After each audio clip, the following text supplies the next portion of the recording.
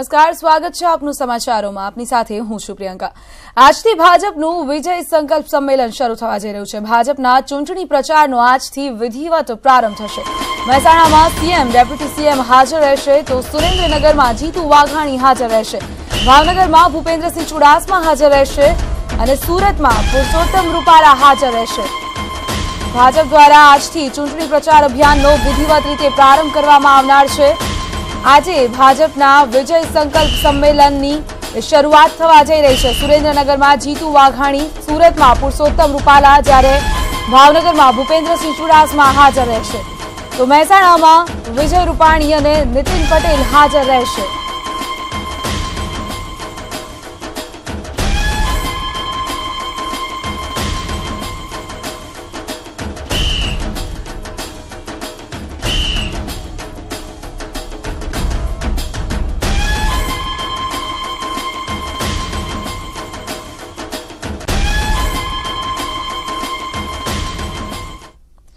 ભાજપે આજે લોકસભા ચૂંટણી માટે વધુ 46 ઉમેદવારોની યાદી જાહેર કરી, તો ગુજરાતમાં પણ 15 ઉમેદવારોના નામ જાહેર કરાયા, જેમાંથી માત્ર એક જ સુરેન્દ્રનગરમાં દેવજી ફતેપરાની ટિકિટ કપાઈ છે, જેની જગ્યાએ મહેન્દ્ર મુંજપરાને ટિકિટ આપવામાં આવી છે, તો 14 તમામ સાંસદોને રિપીટ કરવામાં આવ્યા છે। અમદાવાદ પશ્ચિમ સહિત અનેક બેઠકો પર સાંસદોની ટિકિટ કપાય તેવી શક્યતા હતી, તેમ છતાં હવે હાઈકમાન્ડે 14 સાંસદોને રિપીટ કર્યા છે। ત્યારે અત્યાર સુધીમાં ભાજપે ગુજરાતની 26 બેઠકોમાંથી 16 બેઠકોના ઉમેદવારોના નામ જાહેર કર્યા છે। ગાંધીનગર બેઠક પરથી લાલકૃષ્ણ અડવાણીની ટિકિટ કાપીને અમિત શાહને આપવામાં આવી છે, તો સુરેન્દ્રનગરમાંથી દેવજી ફતેપરાની ટિકિટ કાપી મહેન્દ્ર મુંજપરાને આપવામાં આવી છે। સૂત્રોનું માનીએ તો ભાજપ બાકી રહેલી 10 બેઠકો પર કયા ઉમેદવારોને ટિકિટ આપવી તેને લઈને ભારે ગડમથલમાં છે।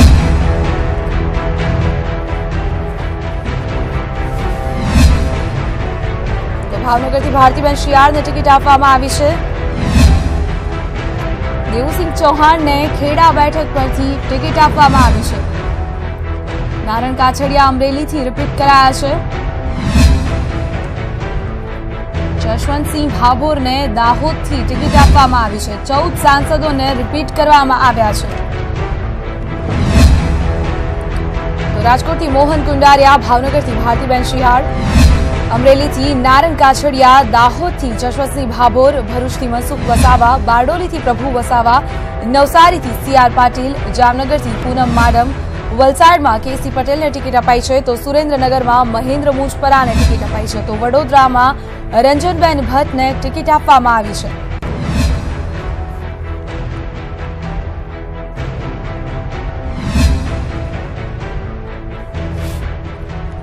कच्छ श्री विनोद भाई चावड़ा, साबरकांठा दीप सिंह राठौड़, अहमदाबाद वेस्ट श्री किरीट भाई सोलंकी, डॉक्टर किरीट भाई सोलंकी, सुरेंद्रनगर डॉक्टर महेंद्र भाई मुंजपारा, राजकोट श्री मोहन भाई कुंडारिया, जामनगर श्री पूनम बहन madam, Amreli Shri Naran Bhai Khajadiya, Kheda Bhavnagar Mrs Bharti Ben Shyal, Kheda Devsinh Chauhan, Dahod Shri Jaswant Singh Bhabhor, Mrs Vadodara Mrs Ranjan Ben Bhatt, Bharuch Shri Mansukh Bhai Vasava, Bardoli Shri Prabhu Bhai Vasava, Navsari Shri CR Patil, Valsad Shri KC Patel. तो भाजपे गुजरातना 15 उमेदवारोना नाम जाहिर कर्या छे, तो विजय रूपाणीए उमेदवारोनी जाहेरात अंगे शुं कह्युं ते जोईए। भारतीय जनता पार्टीए गुजरातना 26 मांथी 16 उमेदवारो जाहिर कर दीधा छे अने चूंटणीना कार्यक्रमों पण आवतीकालथी शरू थाय छे। 24, 25, 26 એટલે ભારતીય જનતા પાર્ટી વિશેષ રીતે આ દરેક પ્રક્રિયામાં અમે કોંગ્રેસથી આગળ છીએ। આગળ રહેશું અને 26 બેઠક ભારતીય જનતા પાર્ટી જીતશે, એમાં કોઈ મિનિમેક નથી. ભાજપ હાઈકમાન્ડે ગુજરાતની 26 બેઠકોમાંથી 15 ઉમેદવારોના નામની યાદી જાહેર કરી. ત્યારે ઉમેદવારોએ ન્યૂઝ 18 ગુજરાતી સાથે વાત કરી. તેમણે શું કહ્યું સાંભળીએ.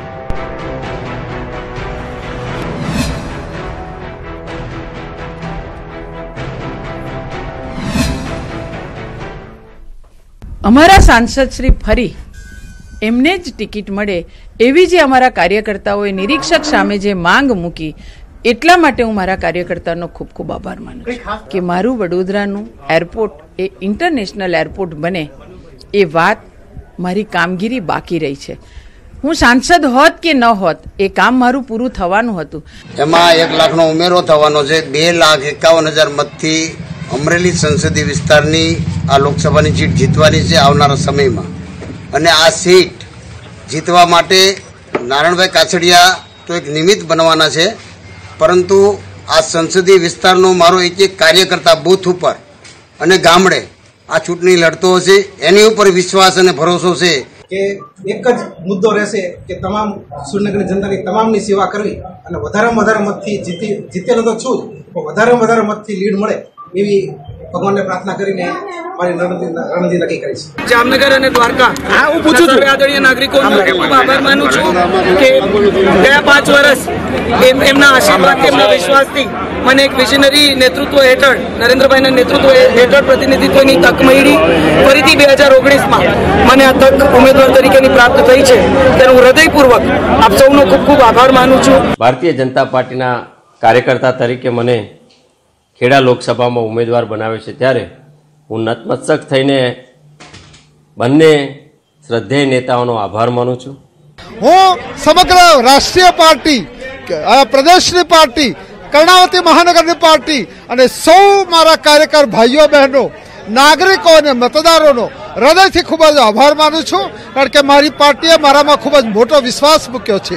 ત્રીજી વાર અમદાવાદ જેવા સંસદીય ક્ષેત્રનું પ્રતિનિધિત્વ કરવાનું મળે, મને લાગે છે કે આ એક મોટો આશીર્વાદ છે. તો સાબરકાંઠા જિલ્લાની 2019ની લોકસભાની બેઠક માટે ફરી એકવાર દીપસિંહ રાઠોડને ઉમેદવાર તરીકે મેદાનમાં ઉતાર્યા. ત્યારે દીપસિંહે સાબરકાંઠા બેઠક પર જીતનો વિશ્વાસ વ્યક્ત કર્યો. આભાર માનું છું આ દેશના વડાપ્રધાન નરેન્દ્રભાઈ જે રીતે વિકાસ કરી રહ્યા છે, એમને જે આ દેશ માટે પ્રેમ છે, એમાં જ્યારે એ પ્રેમ મારામાં ઉમેરાયો હોય અને મને રિપીટ કર્યો હોય, ત્યારે સ્વાભાવિક એમનો વિશ્વાસ ડગે નહીં, એમની તાકાત વધે એ પ્રકારનું કામ કરીશ. પણ વધારે આભાર માનું છું એટલા માટે કે એમને મારામાં વિશ્વાસ મૂકી સતત તાકાતથી કામ કરવાની તક આપી. તો ટિકિટ મળ્યા બાદ ભરૂચના ભાજપના ઉમેદવાર મનસુખ વસાવાએ પણ પોતાની જીતનો વિશ્વાસ વ્યક્ત કર્યો.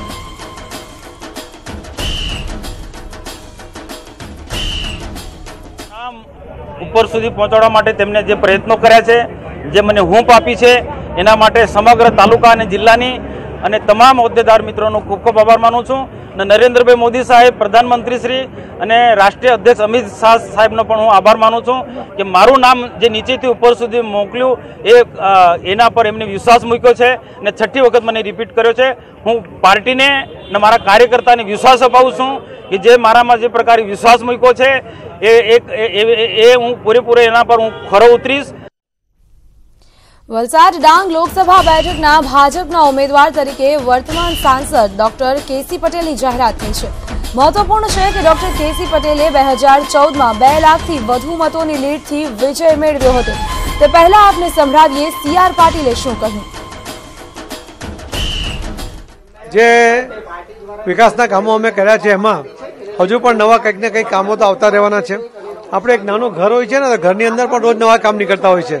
તો આ તો 20 લાખ લોકોને એક આખો મોટો વિસ્તાર છે, પરંતુ એમાં રહેનારા લોકોના પ્રશ્નોને વાચા આપી એનો પરિણામ સુધી પહોંચાડવું એ અમારો પ્રયત્ન રહેશે. CR પાટીલને ત્રીજા ટર્મ ટિકિટ આપી છે, બીજા ટર્મમાં લીડ હતી, શું આ ફેરી લીડ વધશે? જો પાર્ટીનો ઉમેદવાર તરીકે હું ફક્ત જીતવા માટે લડું છું. જે કંઈ લીડ ગયા વખતે પણ મળી છે અમારા પાર્ટીના કાર્યકર્તાઓના તાકાતના આધારે મળી છે. CR પાટીલના કારણે કોઈ લીડ મળી નથી. ચોક્કસ જે રીતે કોળી સમાજની ટિકિટની માંગણી હતી અને CR પાટીલને ટિકિટ આપી છે, તો કેટલી ચુનૌતી રહેશે ચૂંટણીમાં? કોળી સમાજે ફક્ત સમાજને ટિકિટ મળવી જોઈએ એવી માંગણી કરી એમણે કોઈ ઉમેદવારનું નામ નથી આપ્યું, એમણે મારો કોઈ વિરોધ કર્યો નથી અને કોળી સમાજના સૌ આગેવાનોને ચૂંટાયેલા સૌ પ્રતિનિધિઓ મને આ છેલ્લા 3-4 દિવસમાં મળીને પોતાનો વિશ્વાસ મારામાં વ્યક્ત કર્યો છે. એ ખૂબ આક્રમકતાથી મારી સાથે રહેશે અને ભરપૂર કામ મેં કરશે એવો મને વિશ્વાસ છે. વાત કરીએ ડોક્ટર કેસી પટેલની તો આ વખતે ફરી એક વખત ભાજપે ડોક્ટર કેસી પટેલને રિપીટ કર્યા છે. ડોક્ટર કેસી પટેલના નામની જાહેરાત થતાં જ તેમના સમર્થકોમાં ઉત્સાહનો માહોલ જોવા મળ્યો હતો. ન્યૂઝ 18 ગુજરાતીએ વલસાડ ડાંગ લોકસભા બેઠકના ભાજપના ઉમેદવાર ડોક્ટર કેસી પટેલ સાથે એક્સક્લુઝિવ વાત કરી હતી અને ગઈ વખતે 2 લાખથી વધુની લીડથી સાંસદ તરીકે ચૂંટાઈ આવેલ ભાજપના આ વખતના ઉમેદવાર અને સાંસદ ડોક્ટર કેસી પટેલે સતત બીજી વખત વલસાડ ડાંગ બેઠક પર 3 લાખની લીડથી જીતનો સિલસિલો યથાવત રાખવાનો આત્મવિશ્વાસ વ્યક્ત કર્યો છે. ગરીબલક્ષી યોજનાઓ છે એ ગરીબ લોકોને લાભ મળે અને વિકાસ, સૌનો સાથ, સૌનો વિકાસ, એ મુદ્દાને લઈને અમે લોકો પાસે જઈએ છીએ. સાહેબ, ગઈ વખતે 2,08,000 ઉપરની લીડ હતી, આ વખતે કેટલી લીડ રહેશે? 3 લાખના ઉપર મતો છે, અમે જીતીશું. તો મધ્ય ગુજરાતમાં પણ ભાજપે નવા ચહેરા પર દાવ રમવાની જગ્યાએ જૂના જોગીઓ પર જ વિશ્વાસ મૂક્યો છે. કેટલાક ઉમેદવારોના પત્તા કપાવવાની ચર્ચા હતી, પરંતુ કોઈ જ રિસ્ક નથી લેવામાં આવ્યું. અમદાવાદ પશ્ચિમ લોકસભા બેઠક પરથી સતત 2 વાર ભાજપની બેઠક પર જીતનાર ડોક્ટર કિરીટ સોલંકી પર ફરી પક્ષે વિશ્વાસ મૂક્યો છે. કિરીટ સોલંકી સિવાય આ વખતે પૂર્વ દલિત મંત્રીઓ ટિકિટ આ બેઠક પર માંગી રહ્યા હતા, પણ પસંદગીનો કળશ ફરી એકવાર કિરીટ સોલંકી પર ઢોળાયો.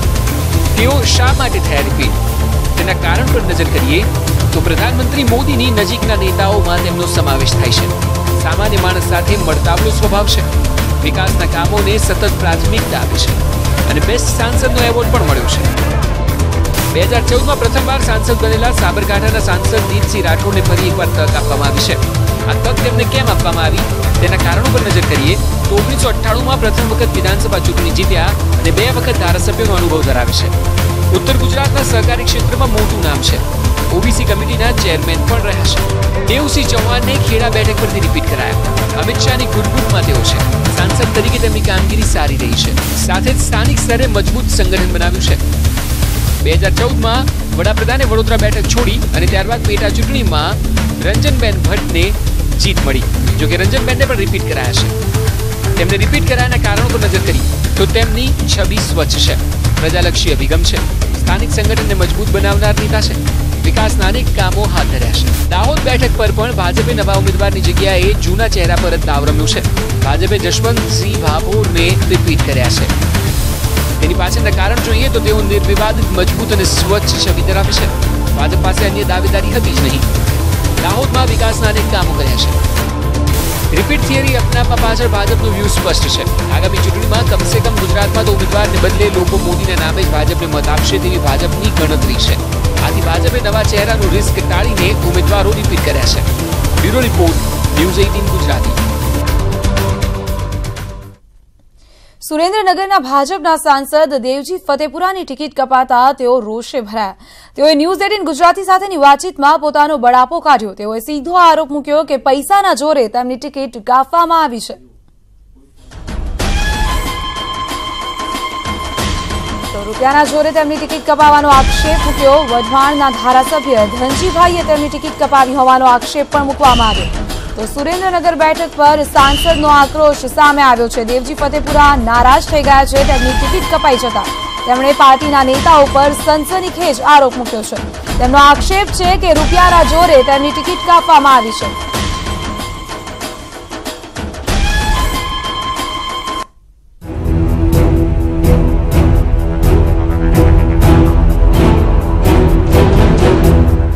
ભાજપે 15 બેઠકો પરના ઉમેદવાર જાહેર કર્યા.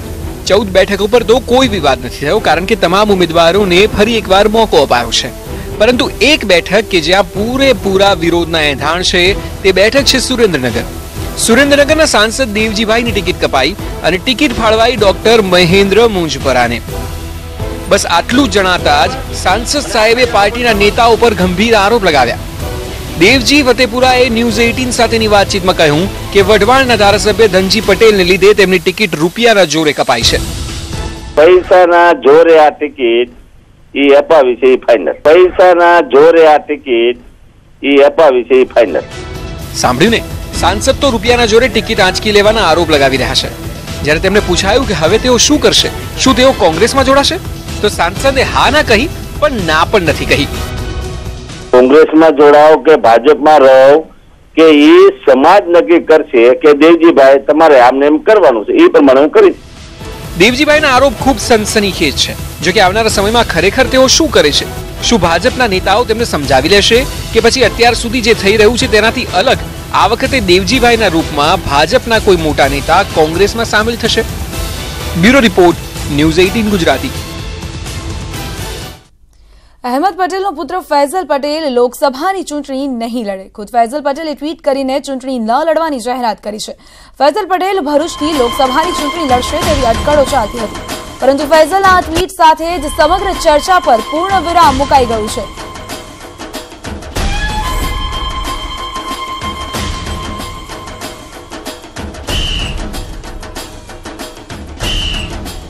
ફૈઝલ પટેલે પોતે જ ટ્વીટ કરીને જાહેરાત કરી છે કે તેઓ ચૂંટણી નહીં લડે.